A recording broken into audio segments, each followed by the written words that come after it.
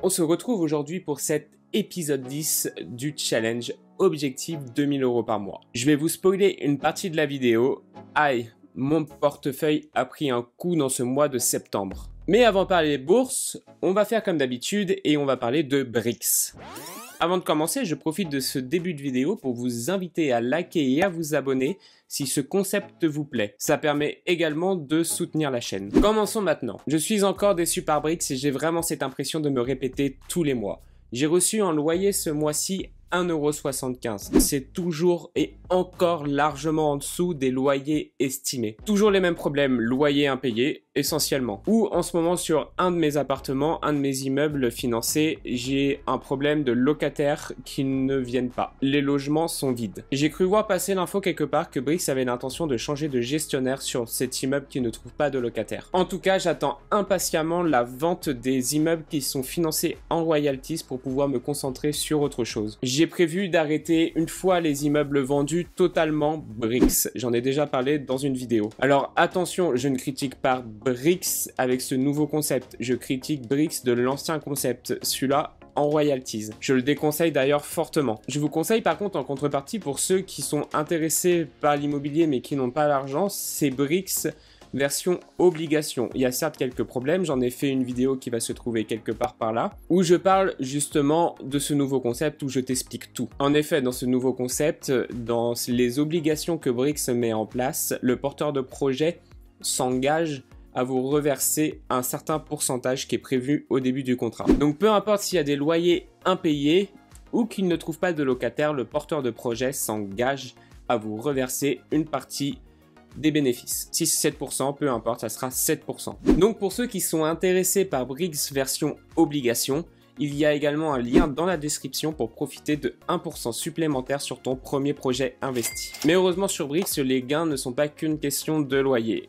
Vu que j'ai essentiellement financé des immeubles à crédit, j'ai le remboursement du crédit qui rentre aussi en compte et là, j'ai la valeur de mes BRICS qui ont augmenté, soit dorénavant 567 €, en sachant qu'à la base je suis parti avec un financement de 514 €. Parlons maintenant de la première brique, toujours cette façon d'investir que je préfère, le crowdfunding immobilier. Ce mois-ci, la première brique m'a versé 4,25 €. J'ai immédiatement, comme d'habitude, réinvesti la totalité des revenus. Pour ceux qui ne connaissent pas la première brique, c'est une plateforme de crowdfunding immobilier. Des porteurs de projets s'engagent avec la première brique et les investisseurs prêtent de l'argent aux porteurs de projets. Les rendements sur la première brique sont de 11% hors impôt et il y a eu 0% de défaut de paiement. C'est-à-dire que depuis la création de la première brique, jamais personne n'a fait de défaut de paiement. J'y investis donc les yeux fermés et en totale confiance. Et c'est pour ça que je vous propose un lien dans la description également pour que vous puissiez profiter de 1% supplémentaire et donc passer votre premier investissement sur la première brique à 12%. Soit beaucoup mieux que le S&P 500 et tout ce que vous pouvez faire sur n'importe quelle plateforme en sachant que c'est totalement sûr, enfin presque sûr, ça reste de l'investissement. Au total, mon investissement sur la première brique s'élève à 737 € sur 21 projets différents. J'ai également une assurance vie qui a subi une légère baisse parce que la bourse est actuellement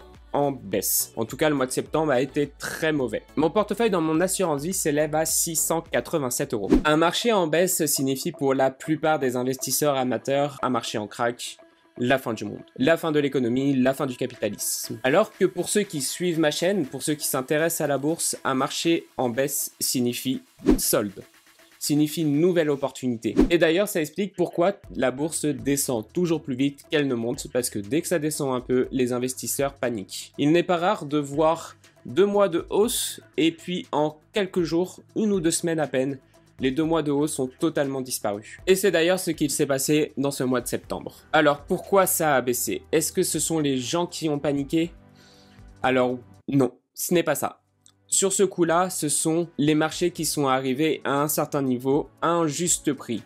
Si on devait définir une valeur à chaque action, il faut savoir que la grande majorité des actions ont atteint cette valeur. Microsoft, Apple, Amazon, Adobe et j'en passe. Alors qu'est-ce que fait un investisseur qui a acheté une valeur pas chère et une fois que la valeur atteint son prix idéal, son prix juste, il récolte les bénéfices. Il vend un petit peu pour s'assurer de gagner de l'argent. Et pourquoi pas investir le bénéfice sur des actions qui sont encore sous-évaluées. Et c'est pour ça qu'on a pu voir quelques actions qui ont chuté, comme Apple. Il y a également eu au même moment ce qui a pu motiver certains investisseurs à vendre maintenant à ce prix-là. Ce sont encore les taux d'intérêt qui ont augmenté et qui commencent à devenir sacrément élevés pour des entreprises qui investissent et qui empruntent énormément. Et c'est là-dessus qu'il va falloir que vous fassiez attention. En effet, si vous voyez une entreprise qui a perdu beaucoup de valeur, ne rentrez pas là-dessus bêtement.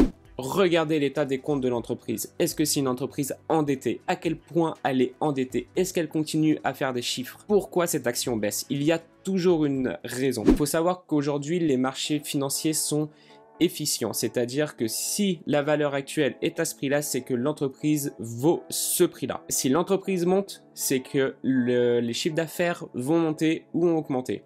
Si l'entreprise baisse, c'est parce que les chiffres d'affaires ont baissé ou la croissance a baissé. Il y a toujours une raison. Donc, avant d'investir dans n'importe quelle entreprise, regardez la raison pour laquelle l'entreprise descend. En tout cas, moi, j'ai naturellement profité de cette baisse en respectant toujours ma stratégie. Et c'est pour ça que ce mois-ci, j'ai investi dans Airbnb.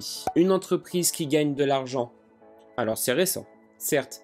Mais si tu as une entreprise qui a une croissance qui est énorme, un ROI qui est énorme. Le PDG, qui est l'actionnaire principal également, a promis que Airbnb garderait une croissance élevée. Il ferait tout pour ça. En tout cas, les statistiques montrent que Airbnb est une entreprise dans laquelle il faut investir. J'y ai donc investi 100 € comme chaque mois. Il faut savoir que Airbnb a une croissance qui est potentiellement très élevée. Ils peuvent en effet encore s'installer en Asie, en Afrique, en Amérique du Sud. Et j'ai également, comme tous les mois, investi 100 € sur le S&P 500. D'ailleurs, petit aparté sur la bourse et sur ce que j'ai l'intention de faire dans le futur. J'ai pu voir récemment en analysant mon portefeuille que je suis largement surexposé sur les actions américaines. Alors certes, les actions américaines, pour la plupart, vendent dans le monde entier, donc elles ne sont pas concentrées elles-mêmes aux États-Unis. Mais j'aimerais bien quand même essayer de voir d'autres actions étrangères. J'en ai déjà actuellement quelques-unes, dont TSMC, et j'aimerais essayer d'en avoir encore 2 ou 3 autres. Et puis après, j'ai essayé de petit à petit renforcer mes positions. Après, c'est normal que je sois surexposé sur l'État américain. En effet, c'est eux qui proposent depuis toujours les meilleures hausses, les entreprises les meilleures. La petite aparté est finie. Et d'ailleurs, si vous voulez voir mon portefeuille en direct, les actions dans lesquelles j'investis en direct, je vous invite à vous inscrire sur Morning, le lien est dans la description, et à vous abonner à mon portefeuille sur Morning. C'est totalement gratuit. Vous pouvez également voir en avant-première l'entreprise dans laquelle j'ai investi en octobre. En vous inscrivant sur Morning, en plus de pouvoir avoir accès à mon portefeuille, Morning propose également énormément de solutions. Vous pouvez voir les chiffres d'affaires des entreprises, les statistiques des entreprises pour vous aider. Morning utilise en plus l'intelligence artificielle pour vous expliquer à quoi correspondent les statistiques, comment les lire et ce qu'on peut en déduire. Et avec l'abonnement payant de Morning, vous pouvez voir le juste prix avec un algorithme qu'ils ont inventé pour connaître le prix exact d'une entreprise. Vous pouvez également avoir la projection des dividendes pour ceux qui s'intéressent aux entreprises à dividendes. D'ailleurs, je t'en parle en détail de Morning dans cette vidéo.